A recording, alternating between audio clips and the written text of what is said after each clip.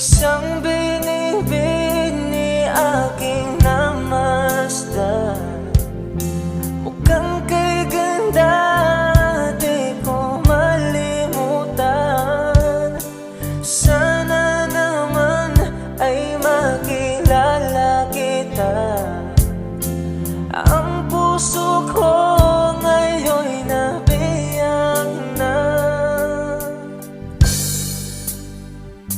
Sa tuwing nakikita